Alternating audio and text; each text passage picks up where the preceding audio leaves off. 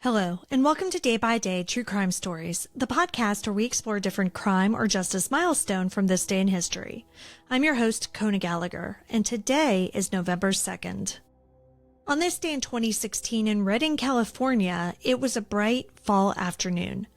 34-year-old Sherri Papini laced up her running shoes and headed out into her quiet neighborhood for a jog. And then she vanished. That evening, her husband came home to an empty house, 2 small children waiting to be picked up, and his wife's phone lying on the side of a rural road. In the weeks that followed, her disappearance gripped the nation. There were missing posters, press conferences, and desperate pleas for her safe return. And when Sherri reappeared 3 weeks later, bruised and bound, it seemed like a miracle. But in time, investigators would learn that the story she told of a violent abduction and miraculous escape wasn't true at all. Today, we're discussing the Sherri Papini abduction hoax. Let's get started.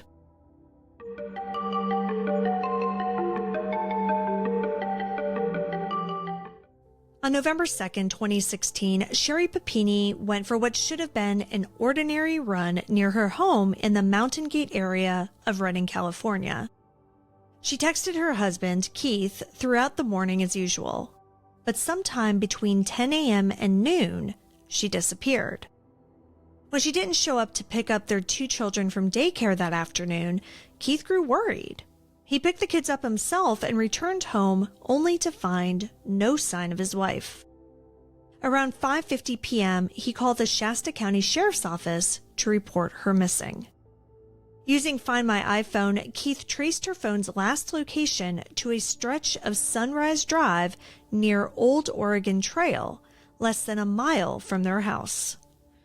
On the ground, he found her phone and her earbuds. Strands of her blonde hair were tangled in the wires. At first glance, it looked like evidence of a struggle, but Sheriff Tom Basenko later told reporters that the items appeared neatly placed, not dropped. Even so, with a young mother missing, investigators mobilized quickly. By nightfall, deputies, volunteers, and family members were scouring the area. The case soon drew state and federal support, and within days it made national headlines. A young mom had vanished on an afternoon jog, and the world wanted to help find her. The frantic search lasted for 3 weeks, until Thanksgiving morning, November 24th, 2016. That morning, around 4:30 a.m., 911 dispatchers in Yolo County, about 146 miles south of Redding, received several calls from drivers on Interstate 5. They reported seeing a woman frantically waving her arms on the side of the road. A truck driver stopped and found her. She was bound and bruised. When officers arrived, she identified herself as Sherri Papini. She told them that she had been kidnapped by 2 Hispanic women and had just been released. She was taken to Woodland Memorial Hospital, where doctors documented significant weight loss, bruising, ligature marks, and a brand burned into her right shoulder. Her long hair had been cut short. Toxicology tests came back clean, and doctors found no sign of sexual assault. Papini didn't really talk to detectives directly. Instead, her husband asked questions for her while detectives recorded. In that recorded statement, she described being chained, held at gunpoint, and threatened for weeks by her captors.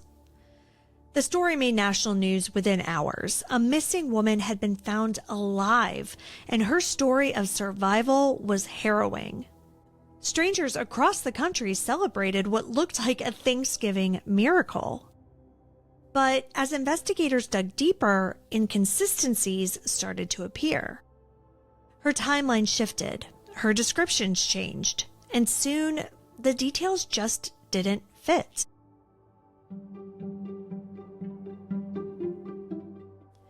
Nearly a year later, in October 2017, investigators revealed that DNA found on Sherri's clothing did not belong to her husband, but it belonged to another man. Behind the scenes, the FBI and Shasta County detectives were retracing her digital footprint, her phone records, messages, and her social media activity. They discovered that Sherri had been in contact with an ex-boyfriend who lived in Southern California.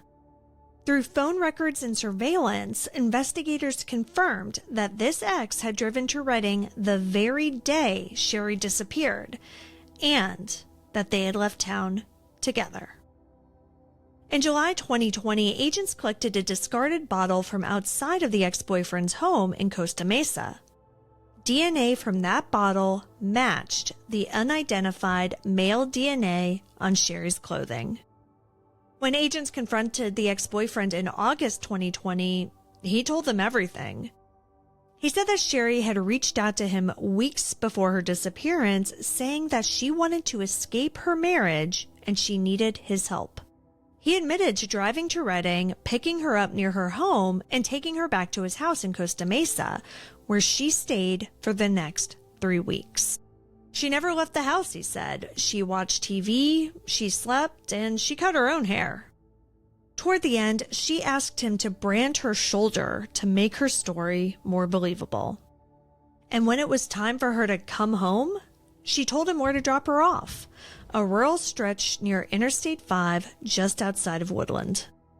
When investigators confronted her with this evidence, Sherri Papini refused to admit the truth. She continued to insist that 2 masked women had abducted her. Meanwhile, she continued collecting over $30,000 in victim compensation funds for therapy and recovery.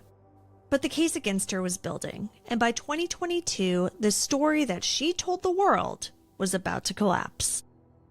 On March 3, 2022, federal agents arrested Sherri Papini outside of her home. She was charged with making false statements and mail fraud. The latter charge was tied to the benefits she received while maintaining her kidnapping story. In court filings, prosecutors detailed how Papini had staged her disappearance, stayed with her ex-boyfriend in Southern California, and repeatedly lied to law enforcement and her family. In April 2022, she pleaded guilty to both charges. Papini said that she was ashamed and remorseful, that she had struggled emotionally and had made terrible choices. But prosecutors pointed out the real harm her actions had caused. Her false claims had misdirected law enforcement, wasted hundreds of thousands of dollars in public resources, and fueled racial tension by falsely blaming 2 Hispanic women. In September 2022, a federal judge sentenced her to 18 months in prison, followed by 3 years of supervised release. She was also ordered to pay $309,000 in restitution to the State Victim Fund, the FBI, and other agencies. Her husband filed for divorce shortly thereafter, gaining custody of their 2 children. Sherri Papini served her sentence in federal custody and was later released, still responsible for the full restitution. In the end, the Sherri Papini case wasn't just about a woman who lied. It was about the ripple effect of that lie. The search for her consumed countless hours, exhausted investigators, and diverted attention from real missing persons cases. Neighbors, friends, and strangers across the country donated money, time, and compassion only to learn that the story they'd believed in was a complete fabrication. And her false claim that 2 Hispanic women were responsible stoked fear and suspicion in communities that had nothing to do with the crime. November 2nd, 2016 should have just been an ordinary day. Instead, it became known for one of the most infamous hoaxes in modern American true crime. It was a story about attention, deceit, and the cost of misplaced empathy. But it was also a reminder that the people who searched for her, the volunteers, the officers, the neighbors, they acted out of compassion. And that instinct, even when betrayed, is still something that's worth holding on to. Thank you for joining me on today's episode of Day by Day True Crime Stories. If you found this story compelling, please subscribe, rate, and review the podcast. It'll help us grow. And be sure to join me again tomorrow as we explore another significant event in true crime history. Until then, stay safe and remember that behind every headline is a life worth remembering. Day by Day True Crime Stories is a Little Monster production. Hey, you can do it!